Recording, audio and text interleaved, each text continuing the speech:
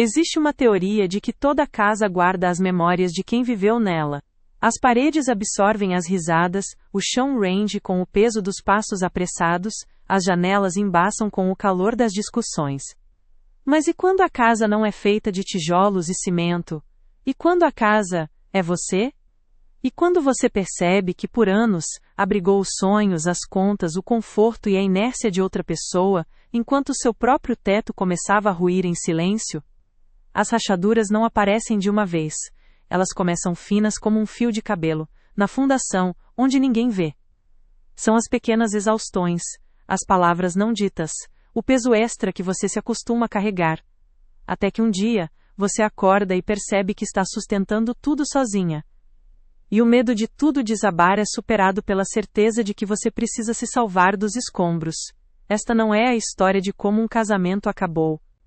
É a história de como eu comecei a me construir. Esta é a história da casa que eu construí sozinha. Minha história, a verdadeira, não começa com o brilho de uma aliança ou um beijo no altar. Começa no escuro, às 5 da manhã, com o som do meu despertador rasgando o silêncio de um quarto que eu dividia com um corpo, mas não com uma alma. O peso que eu sentia ao levantar não era apenas o do sono interrompido. Era um peso existencial, a carga invisível de saber que o dia que começava seria mais uma batalha travada por um exército de uma mulher só. A frase que resumia minha vida, aquela que eu repetia para mim mesma como um mantra de exaustão, era simples e brutal. Ele não trabalha, e eu sustento a casa. Mas essa frase não arranhava nem a superfície do que aquilo significava. Sustentar a casa não era apenas sobre o dinheiro que saía da minha conta para pagar o aluguel, a luz, a água, o supermercado. Era sobre sustentar a ilusão de uma parceria. Era sobre sustentar o ego de um homem que havia se acomodado na minha força. Era sobre sustentar um silêncio que gritava o óbvio: eu não era uma esposa, eu era um plano de previdência. Eu saía de casa antes do sol pensar em nascer. O cheiro do café era a única coisa que me aquecia. Uma pequena cerimônia solitária antes de enfrentar o mundo.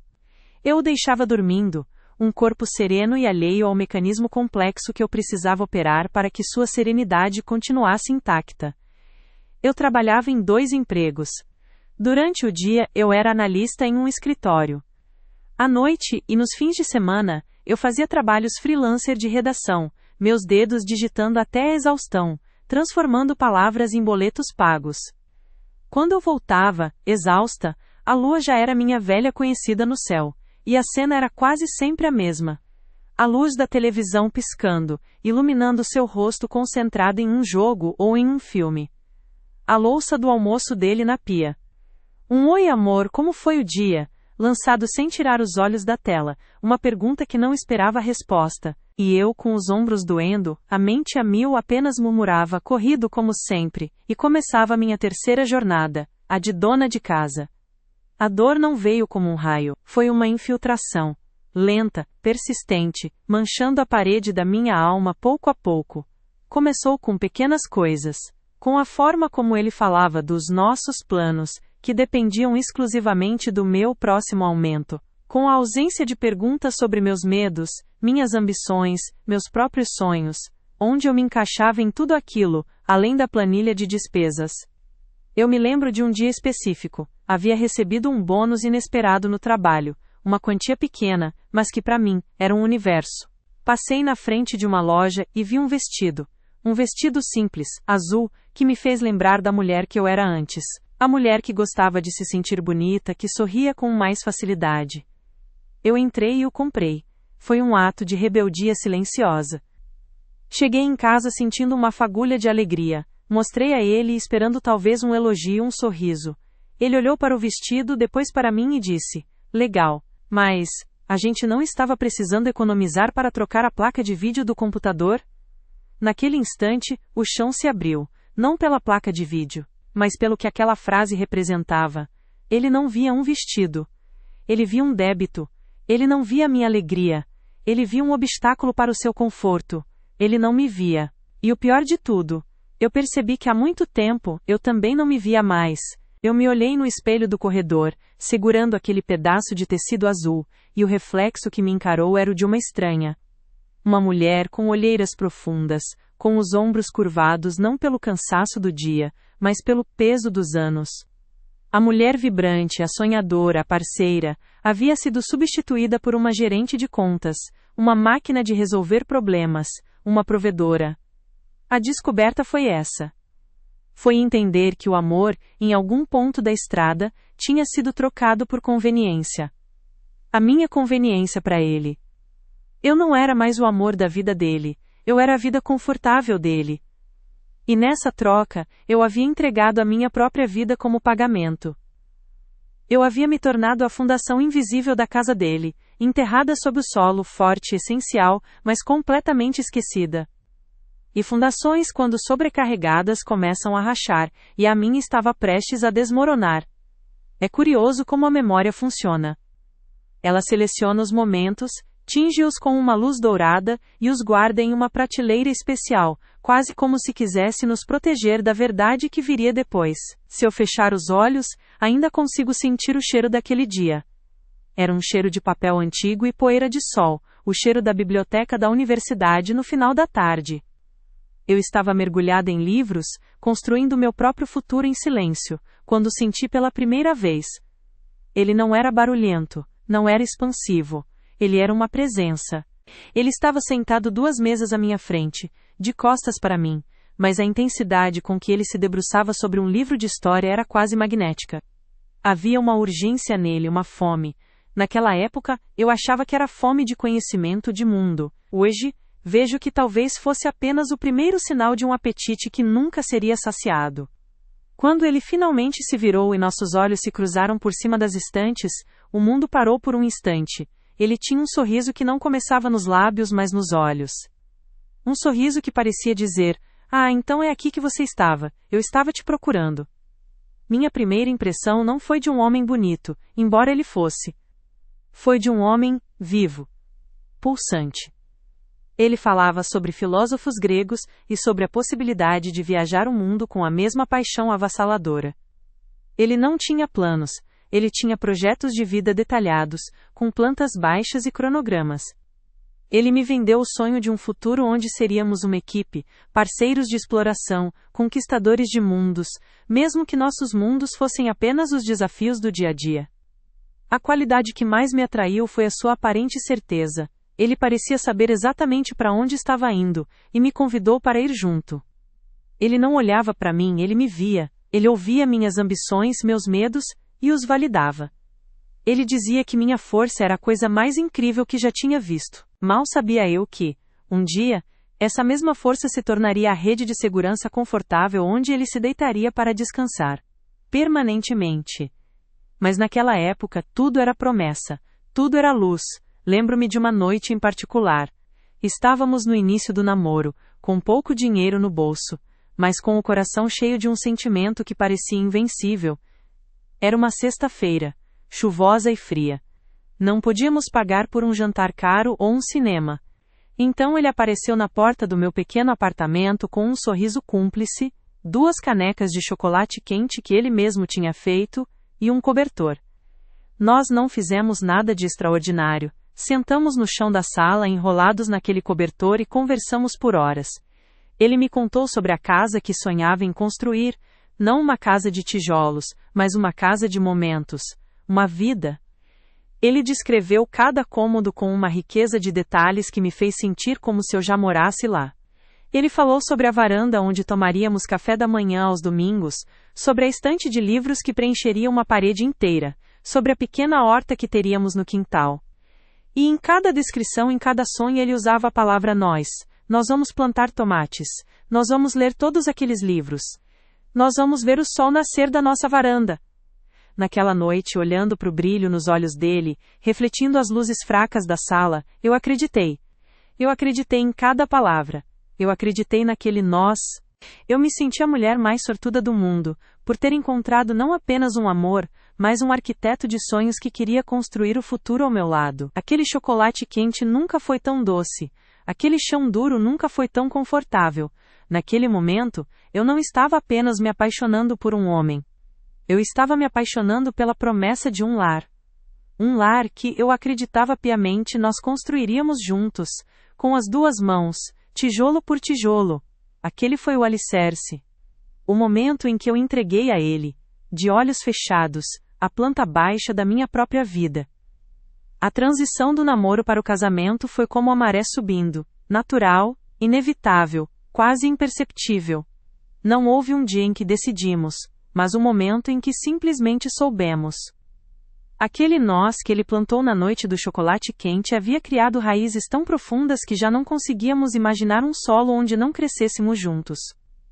O pedido, quando veio, não foi em um restaurante caro, ou sob a luz da lua em Paris, foi a cara dele, a cara do nosso começo. Foi em um sábado à tarde, no nosso primeiro apartamento alugado. Um lugar minúsculo, com paredes que precisavam de tinta, e um cheiro de vida antiga que estávamos determinados a substituir pelo nosso. Estávamos montando uma estante de livros, a peça central da nossa sala, o altar onde celebraríamos as histórias do mundo. O manual de instruções era um hieróglifo, e nós estávamos perdidos entre parafusos e prateleiras, rindo do nosso próprio desastre. No meio do caos, com serragem no cabelo e as mãos sujas, ele parou. O riso morreu em seus lábios, e deu lugar àquele olhar intenso, o mesmo da biblioteca. Ele se ajoelhou, não de uma forma ensaiada, mas como se o peso daquele momento o tivesse derrubado. Ele não tinha uma caixinha de veludo. Ele abriu a mão e, na palma havia um anel simples, de prata, com um desenho que parecia um pequeno nó. Ele disse: "Eu não sei montar essa estante sem você. E eu não sei montar o resto da minha vida sem você. Eu não quero mais construir sonhos no papel. Eu quero construir uma vida, tijolo por tijolo, e quero que cada um deles tenha o seu nome gravado. Casa comigo?" E ali, no chão da nossa futura sala, cercada por peças de um quebra-cabeça de madeira, eu disse sim. Eu disse sim ao arquiteto da minha alma, ao homem que transformava o mundano em mágico. Naquele dia, nós não apenas montamos a estante. Nós assentamos a primeira pedra da nossa casa. Os primeiros anos foram feitos de sol, parecia que o mundo inteiro conspirava a nosso favor. Nós éramos uma equipe, uma força da natureza. Nossos sonhos eram grandes, mas nossos pés estavam no chão. Falávamos em viajar pela América do Sul, em uma van adaptada, em ter um cachorro chamado Borges, em aprender a cozinhar comida tailandesa. Cada salário era celebrado, cada pequena conquista era um motivo para abrir um vinho barato e dançar na sala. Ele ainda tinha aquela fome. Começou a trabalhar como pesquisador, um emprego que não pagava muito, mas que, segundo ele, alimentava sua alma. E eu acreditava. Eu o apoiava. Eu trabalhava em dobro, feliz, porque via o brilho nos olhos dele, quando ele falava sobre seus projetos. Eu não sentia o peso, porque acreditava que estávamos investindo no nosso futuro. A casa, a nossa vida, estava sendo erguida. As paredes subiam, o teto tomava forma. E era lindo. Havia uma felicidade palpável no ar que respirávamos, uma cumplicidade que se manifestava nos menores gestos. Na forma como ele sabia exatamente como eu gostava do meu café, ou como eu terminava suas frases antes mesmo que ele as pensasse. Éramos um organismo único, pulsando no mesmo ritmo. Se eu tivesse que escolher um único momento, uma fotografia que capturasse o auge do nosso amor, seria de uma tarde de outono, cerca de 2 anos depois de casados. Tínhamos juntado dinheiro por meses para fazer uma pequena viagem, para a serra. Alugamos uma cabana simples, de madeira, no meio do nada. Na segunda noite, uma tempestade desabou, uma chuva torrencial, com ventos que uivavam e faziam a cabana tremer, a energia acabou. Ficamos no escuro total, apenas com o som da fúria da natureza lá fora, e a luz trêmula de algumas velas que encontramos na gaveta da cozinha. Eu tenho medo de tempestades. Um medo infantil e irracional. Meu corpo enrijeceu, meu coração acelerou. Ele percebeu, sem que eu dissesse uma palavra. Ele não riu do meu medo, nem tentou racionalizá-lo. Ele simplesmente me puxou para perto, nos enrolou no único cobertor que tínhamos, e começou a contar uma história. Ele não contou uma história qualquer. Ele começou a descrever em detalhes a nossa vida dali a 20 anos. Ele descreveu nossos filhos, que não tínhamos, correndo pelo jardim da casa que ainda não existia, descreveu as nossas rugas, os nossos cabelos brancos. Descreveu a gente, velhinhos, sentados na varanda, tomando café, e ainda rindo das mesmas piadas. Ele pintou um futuro tão real, tão vívido, que a tempestade lá fora se tornou apenas um ruído de fundo.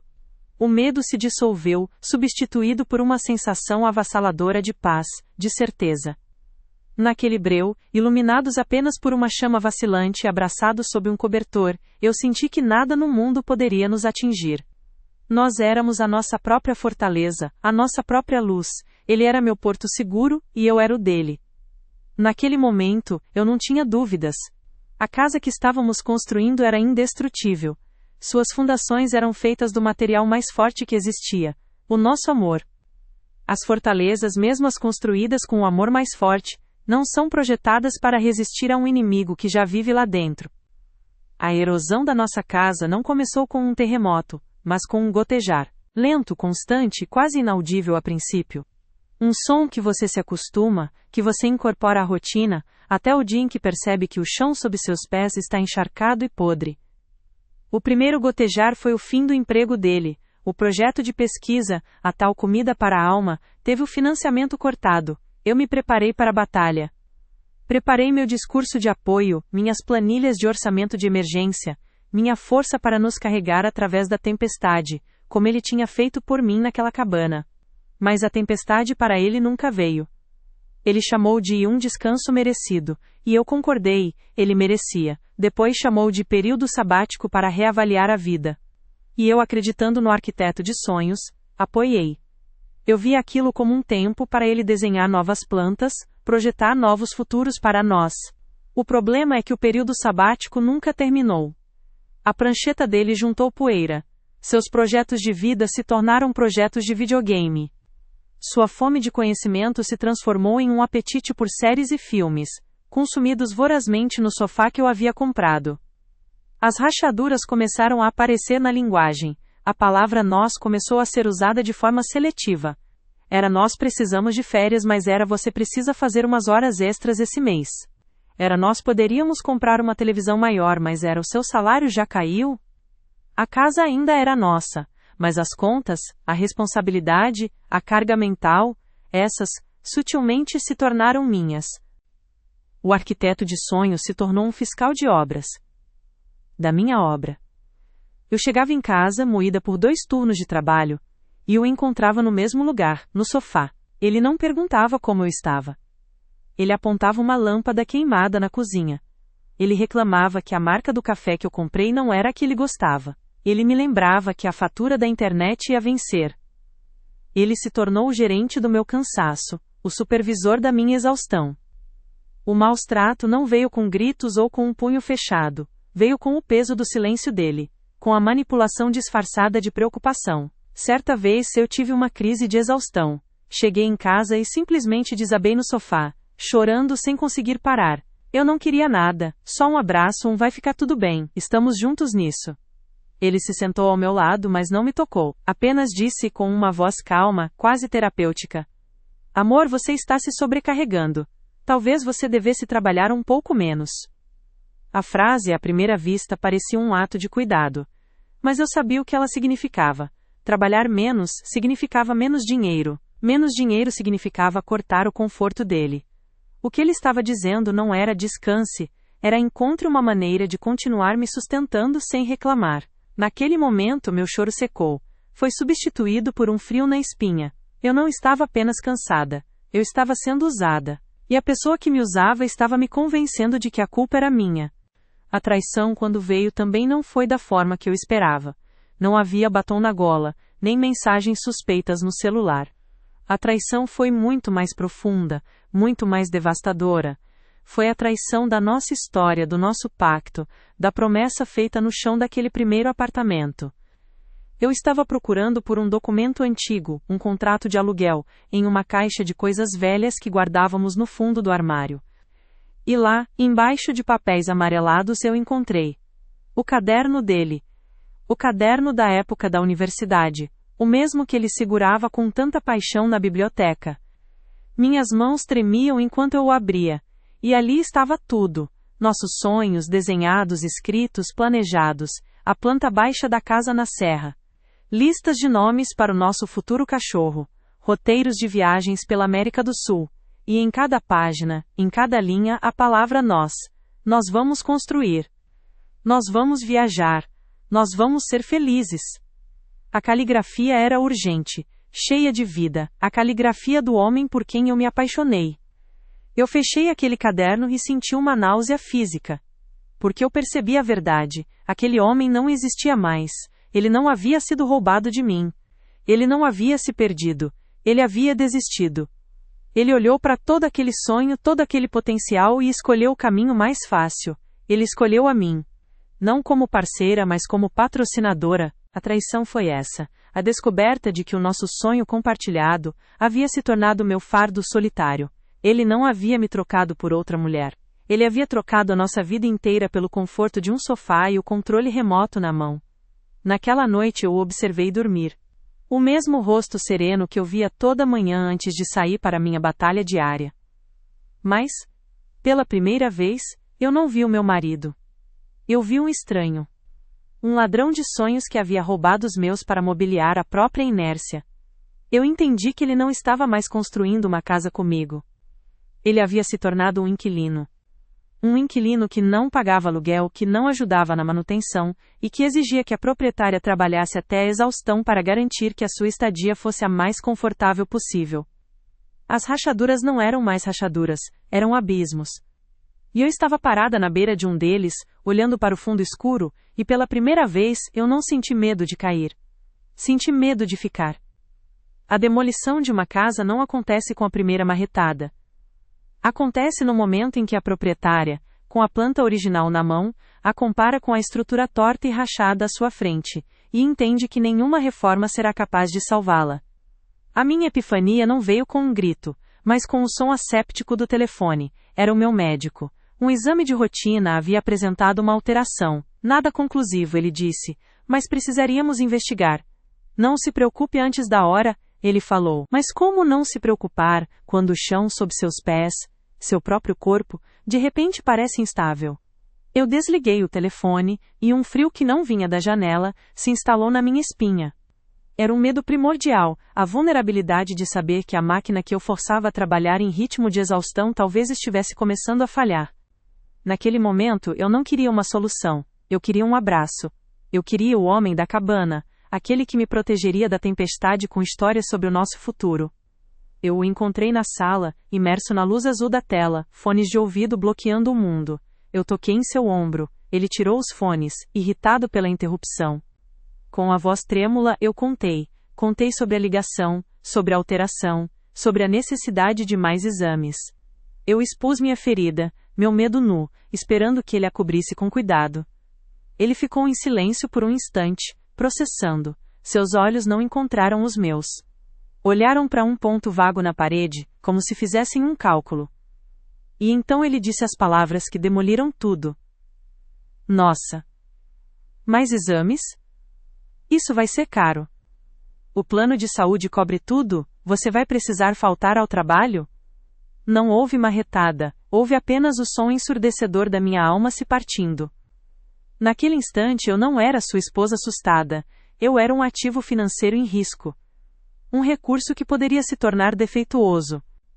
A máquina de pagar boletos estava com uma luz de advertência acesa no painel, e a única preocupação dele era com o custo do conserto e o impacto na produção. O homem da cabana estava morto e enterrado há muito tempo. Em seu lugar, sentava-se um gerente de crise, da minha crise. Eu não respondi, apenas me virei, e fui para o nosso quarto, fechei a porta. A casa, a nossa vida havia sido condenada. A palavra divórcio foi dita 2 dias depois. Foram 48 horas de um silêncio polar. Eu me movia pela casa como um fantasma, e ele, sentindo a mudança na temperatura, tentava aproximações desajeitadas, com perguntas sobre o jantar ou comentários sobre o tempo. Ele não perguntou mais sobre os exames, aquele assunto perigoso havia sido convenientemente arquivado. Eu o chamei para a sala, pedi que desligasse a televisão. Ele sentou no sofá, na parte que já tinha o formato do seu corpo, e me olhou com uma curiosidade cautelosa. Eu não gritei, não chorei. Eu estava estranhamente calma, com a clareza de quem sobreviveu à queda de um prédio e agora olha para os escombros do lado de fora. Eu quero o divórcio, eu disse. As palavras saíram firmes sem hesitação. A reação dele não foi de tristeza, foi de incredulidade, como se eu tivesse acabado de sugerir que pintássemos o teto de laranja. Ele riu. Um riso curto, nervoso. Você não está falando sério. É o estresse, o negócio do médico. Você está exagerando. Não, eu respondi olhando diretamente nos olhos dele. Eu nunca falei tão sério na minha vida. A casa ruiu, e eu não vou mais viver sob esses escombros. Foi quando a incredulidade deu lugar ao pânico. Mas não era o pânico de me perder, era o pânico de um inquilino sendo despejado. Mas, e eu? O que eu vou fazer? Para onde eu vou? Como eu vou viver? As perguntas eram todas sobre ele. Em nenhum momento ele perguntou, e você? Como você está? Em nenhum momento ele disse o que eu fiz de errado, como podemos consertar, porque ele sabia. Ele sempre soube. Ele apenas não esperava que a proprietária, um dia, fosse reivindicar o imóvel. As semanas seguintes foram um borrão de caixas de papelão e burocracia. A separação de lares foi a parte mais estranha. Empacotar a minha vida, que estava tão entrelaçada com a dele, era um exercício de arqueologia emocional. Cada objeto trazia uma lembrança. O cobertor da cabana. As canecas de chocolate quente. O manual de instruções daquela primeira estante. Eu não chorei. Eu os embalei com um cuidado quase cerimonial, como quem guarda os artefatos de uma civilização extinta. Minha família ficou chocada. Amigos tomaram partido. Ouvi frases como mas ele é um bom homem e todo casamento tem suas fases. Ninguém via as rachaduras na fundação. Só eu senti o chão tremer. O processo de divórcio, por sorte, não foi litigioso. Não tínhamos filhos, a casa era alugada. Mas a disputa veio como eu esperava nos detalhes materiais. Ele não brigou por mim, mas brigou pelo carro que eu paguei. Brigou pelo videogame de última geração. Brigou pela televisão da sala. Cada item era uma negociação, e em cada uma delas eu via não um ex-marido, mas um sócio insatisfeito com a divisão dos lucros de uma empresa falida. Eu cedi em quase tudo. Eu não estava interessada nos objetos. Eu só queria a minha liberdade. Eu daria a ele todos os tijolos, contanto que ele me deixasse sair da construção.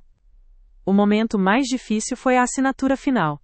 Estávamos em uma sala de reuniões fria, no escritório de um advogado, com um cheiro de papel e café velho. O sol entrava pela janela, indiferente ao fim do nosso mundo. Ele estava ao meu lado, um estranho com quem eu havia dividido uma cama por anos. Havia um silêncio pesado, quebrado apenas pelo folhear dos papéis. Quando o advogado empurrou o documento final na minha direção e me entregou a caneta, minhas mãos tremeram. Aquilo era real. Era a certidão de óbito de um sonho. Era a confissão pública do meu fracasso, mas era também a minha carta de alforria.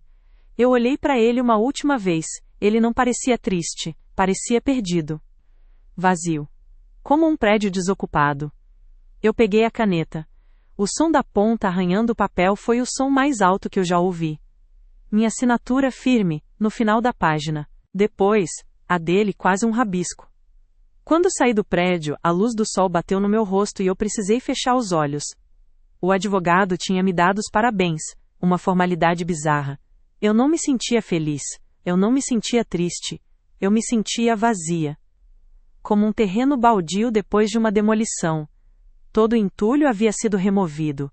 A estrutura podre não existia mais. Não havia nada ali. Apenas terra.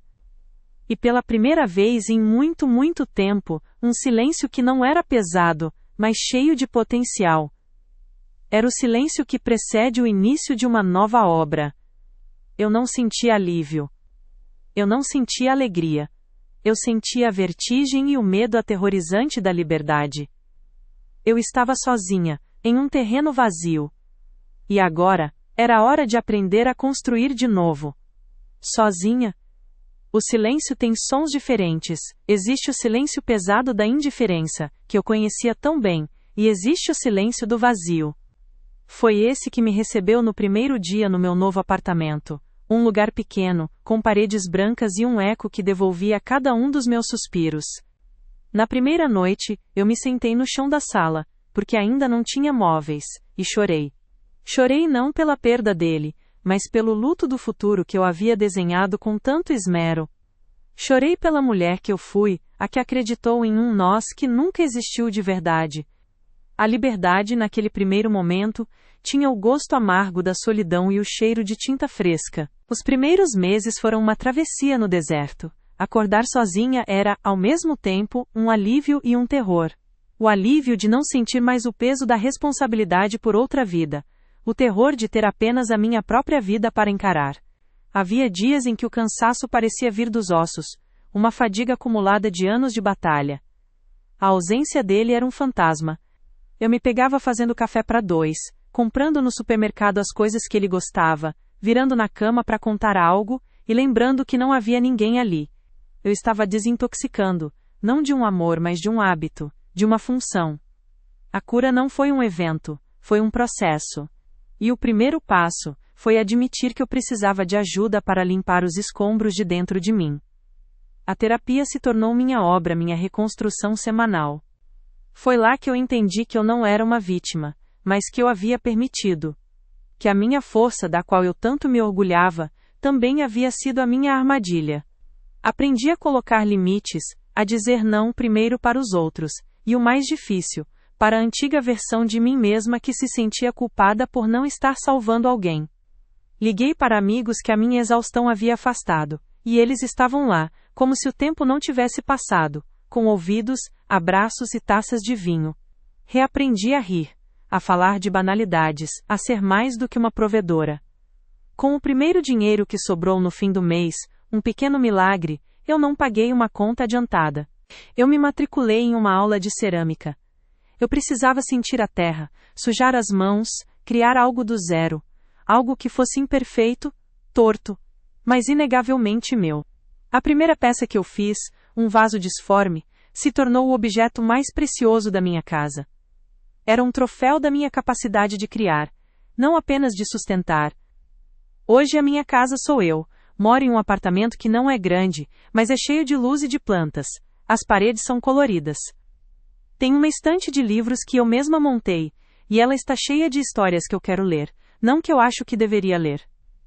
Minha rotina ainda é corrida, mas agora o trabalho é parte da minha vida, não a vida inteira. Eu trabalho para construir os meus sonhos. Aos domingos eu tomo café da manhã na minha pequena varanda, lendo, ouvindo música alta, sem fones de ouvido. E o silêncio não é mais de vazio. É um silêncio de paz. Um silêncio que me permite ouvir meus próprios pensamentos. Eu mudei. A mulher que antes pedia desculpas por existir, que andava na ponta dos pés para não incomodar, aprendeu a ocupar espaço. Eu aprendi que o amor não é sacrifício, é soma. Aprendi que eu não preciso ser a rocha de ninguém, porque eu já sou a minha própria montanha. Aprendi que ser forte não é carregar o mundo nas costas, mas ter a coragem de soltar o que nos esmaga. Se eu perdoei, sim.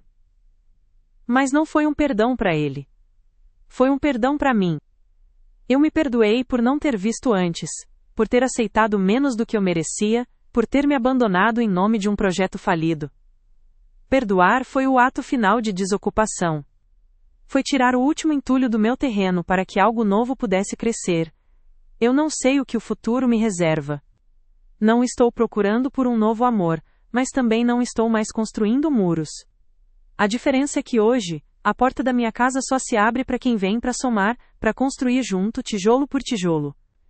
A solidão não me assusta mais, porque eu descobri a melhor das companhias, a minha.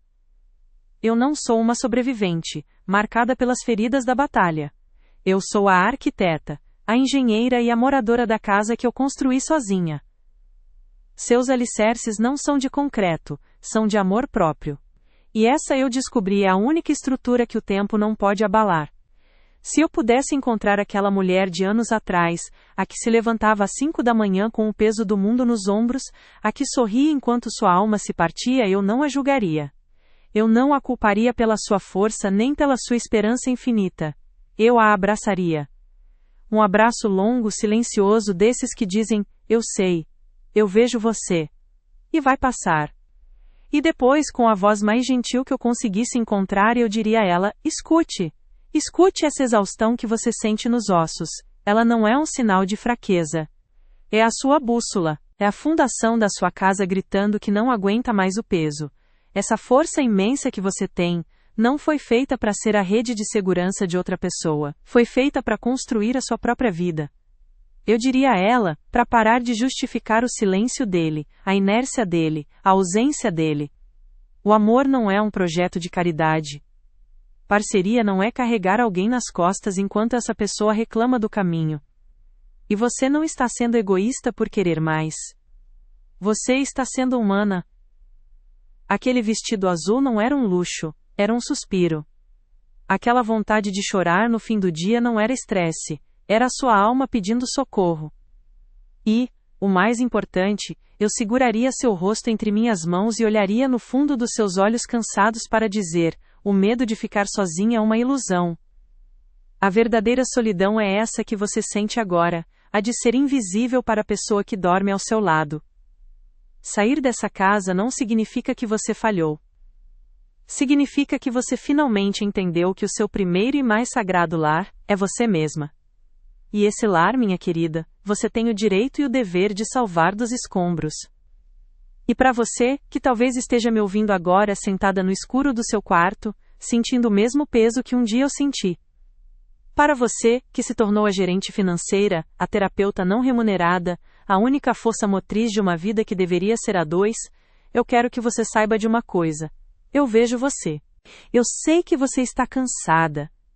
Cansada de ser forte. Cansada de esperar por uma mudança que nunca vem. Cansada de engolir suas próprias necessidades, para que a paz, mesmo que uma paz falsa, reine em casa. A casa que você sustenta sozinha não é um lar, é um fardo. E nenhuma pessoa foi feita para ser o único pilar de uma construção.